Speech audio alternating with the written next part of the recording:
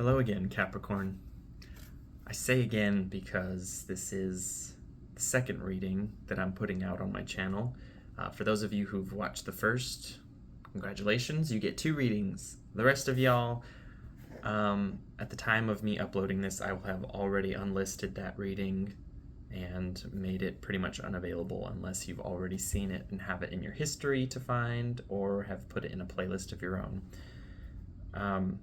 And my reason for doing that is because although I felt like the message that came through in that particular reading, it felt relevant and it felt important to impart, but it also felt incomplete. Like I felt like I was only working with a limited scope of information and getting caught up in a very small part of the story. So I'm doing a reading again, and as I'm recording this, I'm a day out from the full moon in Capricorn. Moon's already crossed into the sign, and so I feel like it's appropriate to be trying to interface with your energy and get a sense of what's going on in the Capricorn verse. Before I even turned the camera on, I looked at the bottom of the deck that I'm using and actually pulled out your card, Capricorn. Tlapapalcoatl. My pronunciation always needs work with Nahuatl, but this is the Devil card. This is Capricorn's card. So this feels like a confirmation that me putting out this second attempt at a reading is valid. I'm going to keep it at the crown of the reading and see if maybe we can discover how the rest of the cards that come through interact with it. Interact with you, I guess. Kind of an interesting thing. Okay, well, we have one card that wanted to come out, and this is the 5 of Jades. Now, the 5 of Jades is 5 of Pentacles. It's the first decan of Taurus, where our consciousness about material needs is being presented to us. In this case, it can represent material needs that are that we're dependent upon for our survival. Making sure that we have food to eat, that we have shelter when the weather is not, supportive for a comfortable life. Making sure that we have clothes on our back. Maybe even health care, like that's a thing. This feels like a continuation of the first reading that I've done for you, Capricorn. Things felt very materially focused, which already makes sense with your sign to begin with, but for whatever reason, this issue is very much at the fore. The earth energy is strong with this one and with the last one. I'm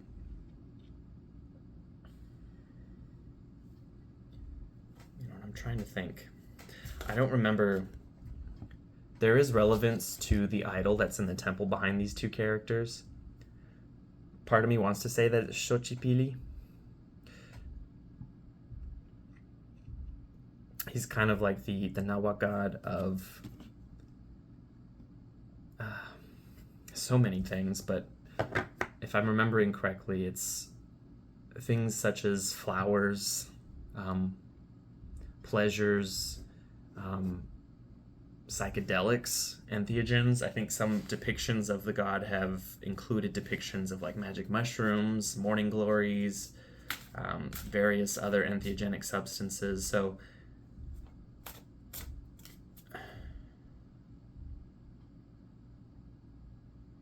it's interesting to me. I'm going to keep expanding on this card because there's more coming through, but the first decan of Taurus is Mercury ruled. It's a Mercury ruled decan. So this is where the presentation of Venusian concepts, Venus being the domicile ruler of Taurus, are kind of presented on an intellectual plane.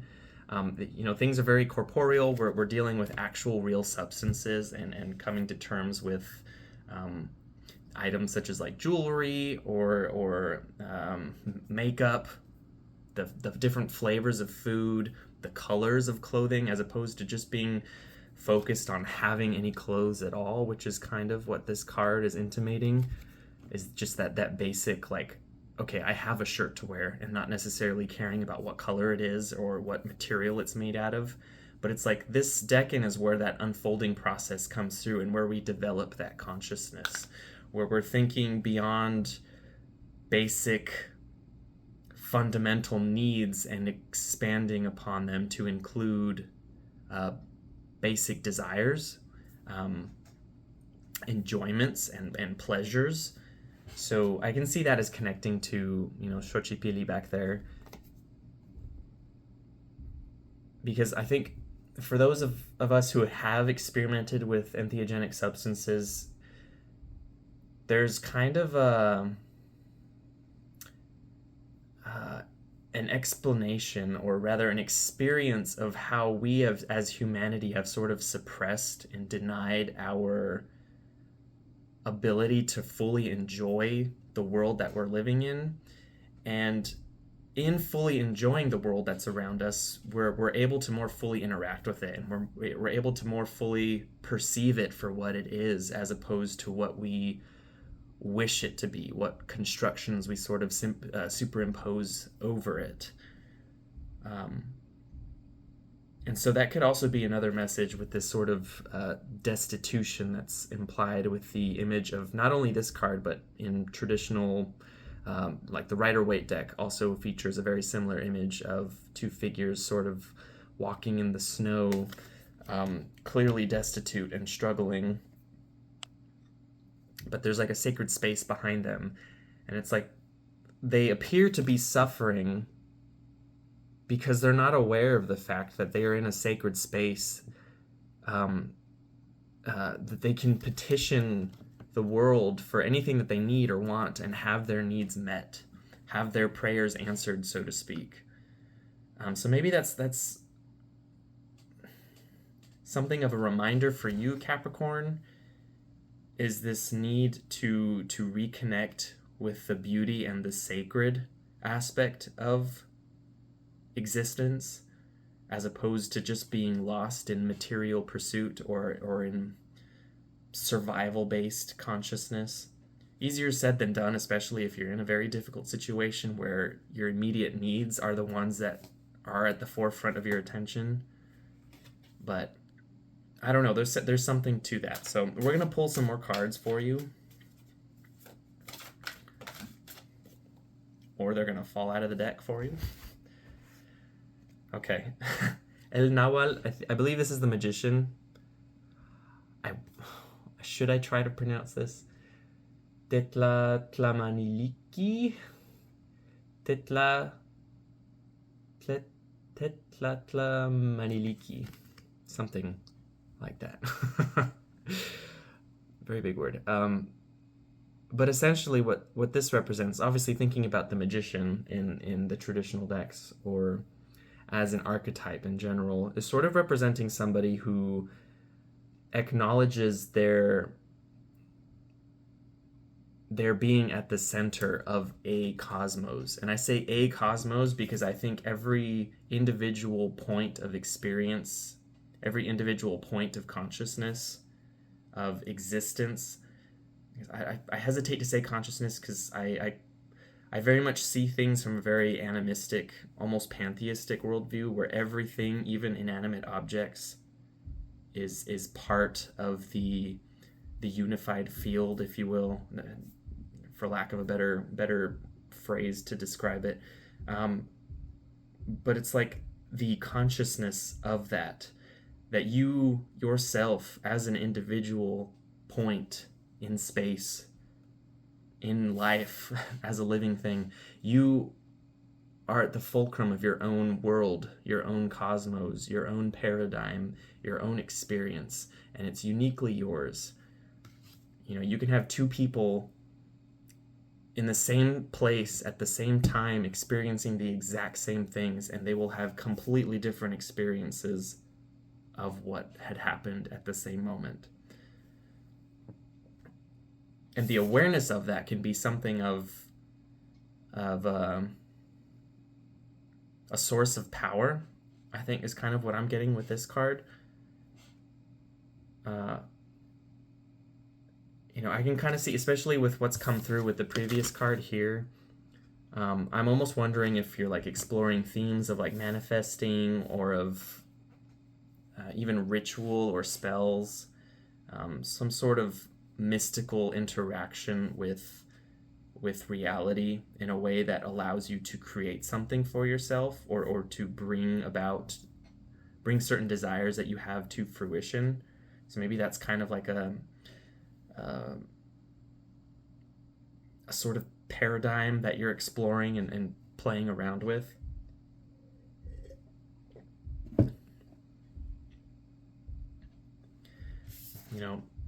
The magician, El Nahual, we'll stay with that name, typically associated with Mercury. Interesting. I just realized, Mercury ruled deck, and maybe there's something to do with the planet Mercury that's relevant to this story. But Mercury is the celestial magician. He sort of plays within the archetypes of the sorcerer, of the person who understands the mechanics behind reality's manifestation, can perceive the gears turning behind the firmament.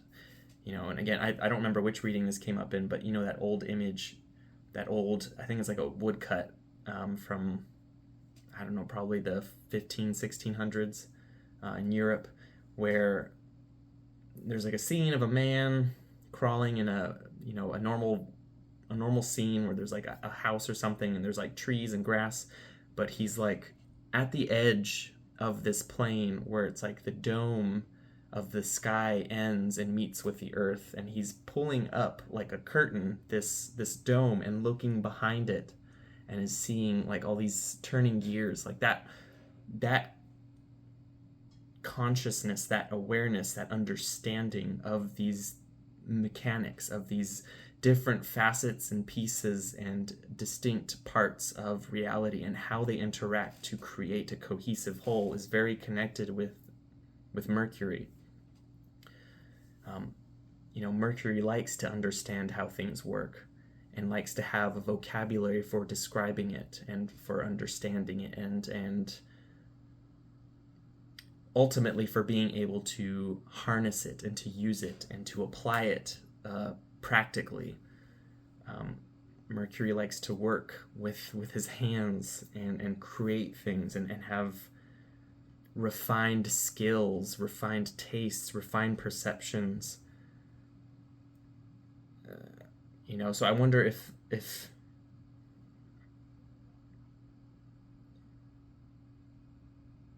this sort of development of consciousness within you, which transcends base needs and moves into a deeper understanding of the principles of beauty, the principles of pleasure.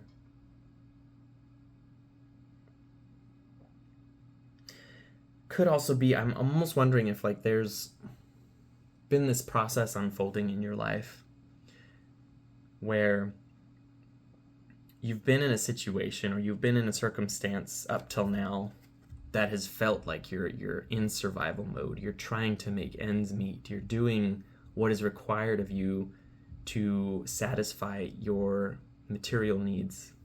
And I don't think I need to define what those are again, but maybe there's this growing transition out of that, because the first decan of Taurus with Mercury and with the context of everything I've already said, I just feel like it's you're transitioning through this, or you're even transitioning out of this. You're coming to the culmination, especially since Mercury's kind of showing up for his own reading, or for this portion of the reading. I almost feel like it's something that you're coming to a state of mastery of. You've gotten the basic survival things met, and you're coming. You've also learned how to perceive things from an artistic perspective, where you're able to play with base matter as opposed to just matching pieces and parts and doing the work. You're now enjoying the work.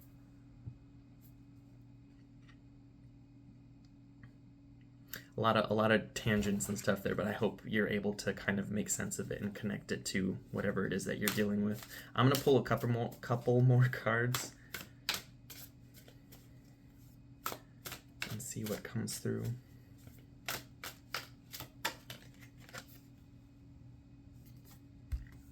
Okay, we have the Ten of Wands. I don't remember which reading this came up for in these past couple weeks, but I know it came up for somebody. Maybe I'll remember as I'm talking about it. But the Ten of Wands is the last decan of Sagittarius. It's a Saturn-ruled decan, and it's those last 10 degrees of Sagittarius that lead into the southern solstice point, which marks the beginning of your sign, the sign of Capricorn.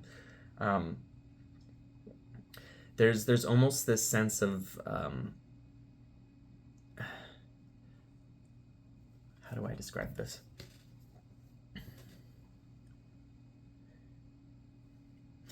The imagery of the card kind of describes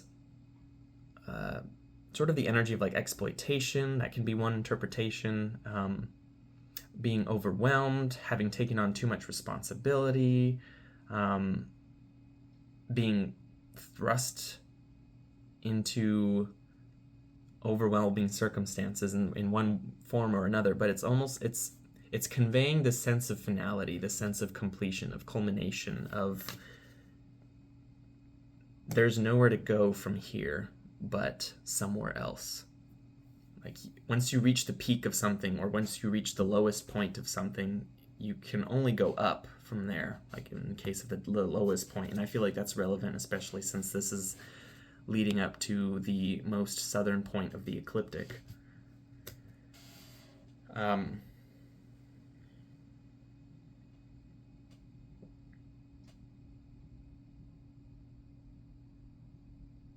Sorry, just give me a moment to...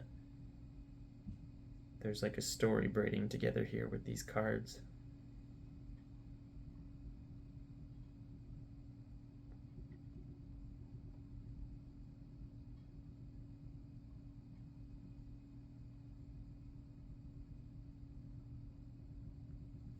Very interesting. There's a monologue from the 1980s movie, The Labyrinth, for those of you that have seen it, that Sarah, the main protagonist, she's reciting to herself in the park towards the beginning of the movie. I cannot remember the exact words.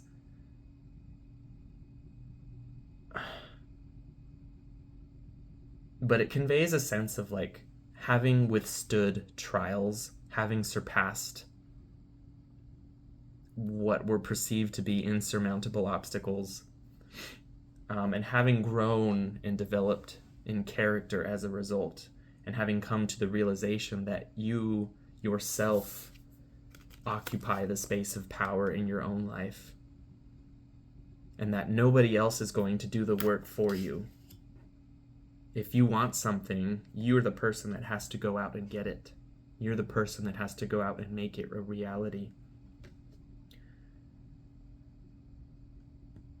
I think for Capricorn,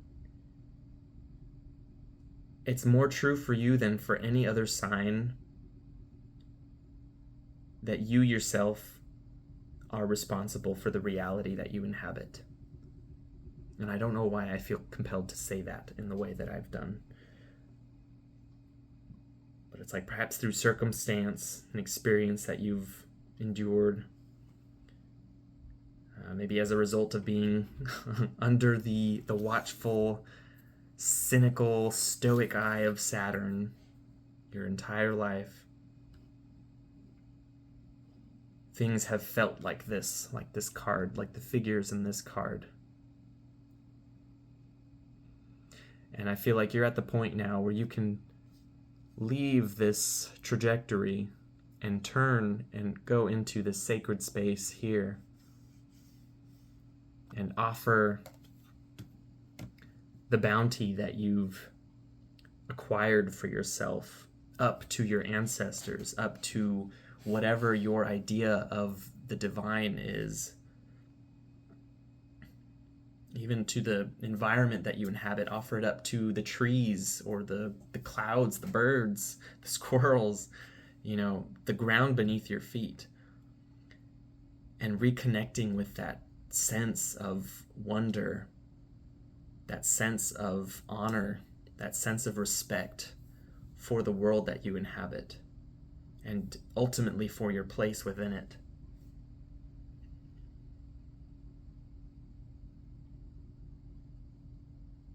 And I think this process of centering yourself in your own reality is already taking place, even without me needing to tell you these things, or without even suggesting the sort of practice of giving up offerings, incense or whatever. Like, those things do help you to reach this sort of state of centeredness in yourself, and this state of inner calm and quiet and fundamental understanding of your place in the world around you, and how it's interacting with you and what it's trying to communicate to you. And also how you can manipulate it and shape it into something else.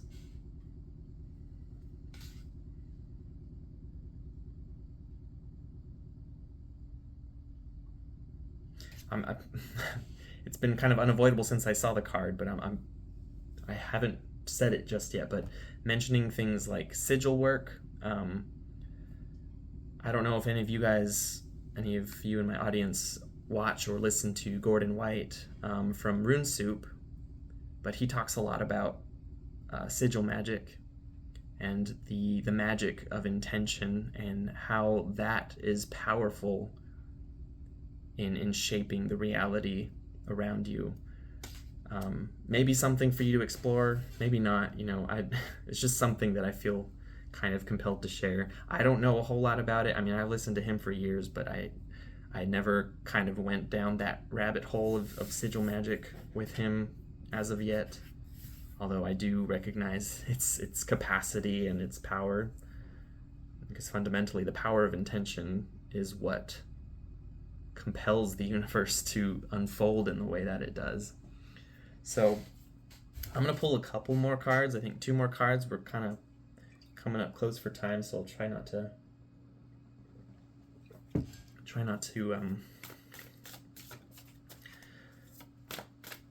ramble too much. It's asking a lot for me, isn't it? Okay, there's one card. I'm not going to look at it yet. I want to pull a second card first.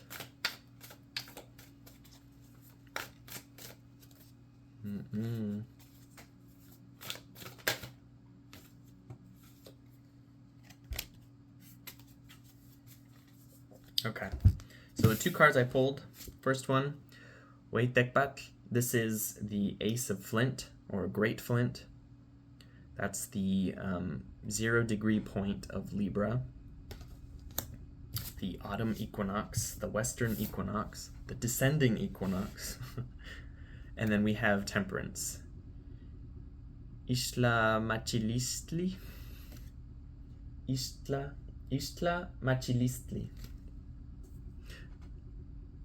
La Templanza.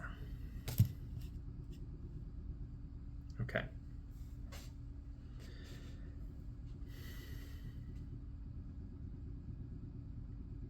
Okay, so immediately kind of connecting to not necessarily what I said, but the idea behind it, of talking about Gordon White. Essentially what that is me presenting potentially a new idea or a new framework for you to understand things within, and that's kind of what this card represents, is this new source of information or this new idea being communicated to you that has far-reaching implications, or that has the potential to have far-reaching implications. This is the beginning of like an intellectual pursuit, the beginning of an attempt to understand things from a different perspective, and it's kind of exciting.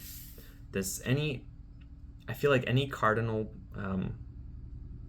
card, all the aces, the 4 aces, There's a passion behind them. There's a gusto. There's a movement. There's a charge. And, with Libra, things tend to be very cerebral. It's very much about taking very careful stock of details and facets of reality and kind of weighing them out to determine what true perception is, what the truth is.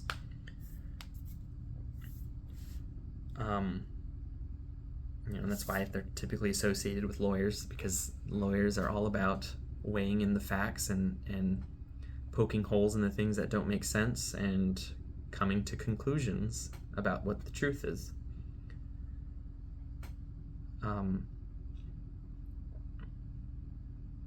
I also feel compelled to mention that this card also has the full moon in the background.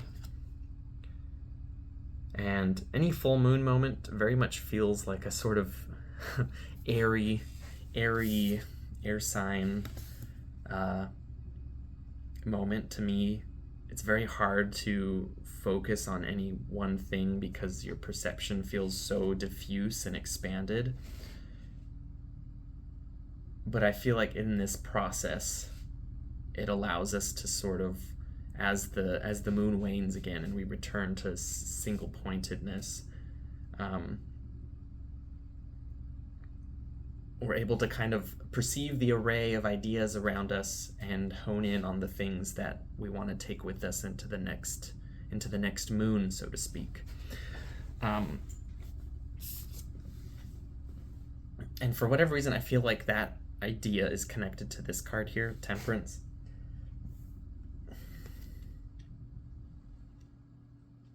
I can't remember which zodiacal sign or which planet Temperance is associated with, but I'm going to connect it with the sun for now, especially because it's always like either the dawn or the dusk, the setting or the rising sun in the background, and then these probably not what the symbol represents in the Nahuatl culture, or in whatever Mexica culture this dress is associated with. It's probably not associated with the sun, but it looks an awful lot like the Western symbol of the sun.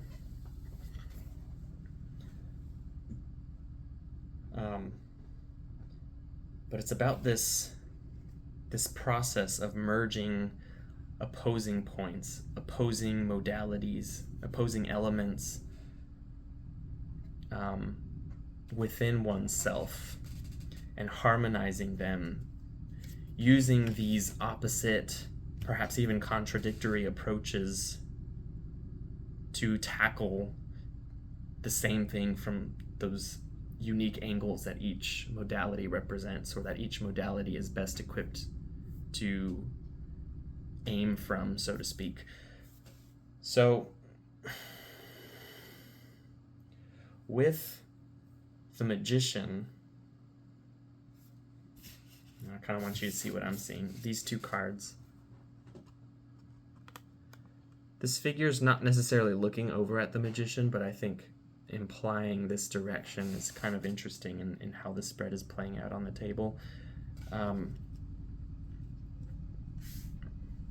It's almost making me wonder if this is like a progression of sorts.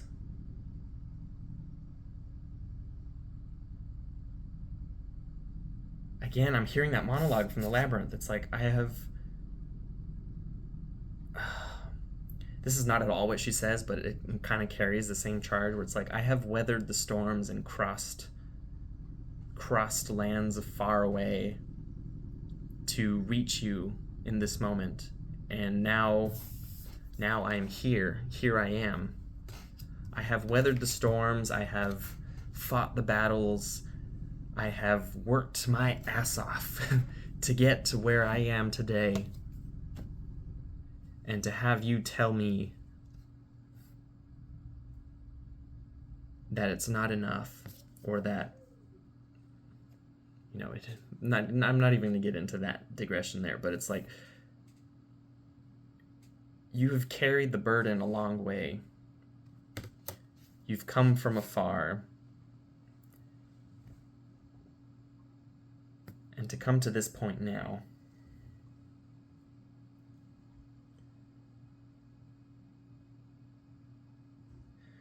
where you're able to perceive and appreciate the gifts that you've been given and that you've perhaps provided for yourself. I feel like that's an important point. 'Cause it's like I'm not getting the sense that anybody's really given you anything necessarily. Maybe what you've received from others is more on the intellectual, more subtle sphere, more subtle plane of perception, as opposed to being provided actual physical things. But you fundamentally have been the source of meeting all of your needs, from the water element to air, earth, and fire. You have provided for yourself.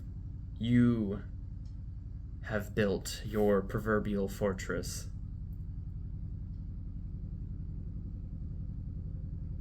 And maybe the advice of others, the books that you've read,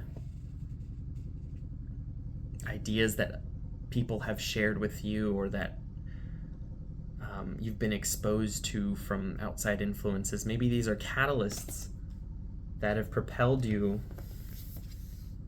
forward in action towards whatever goals you've set for yourself.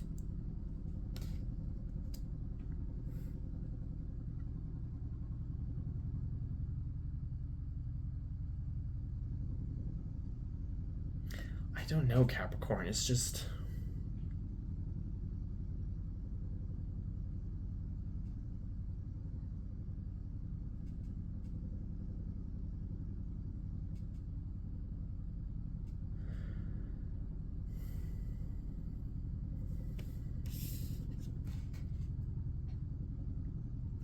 I'm getting very focused on this idea of oppositions, of marrying contradictions,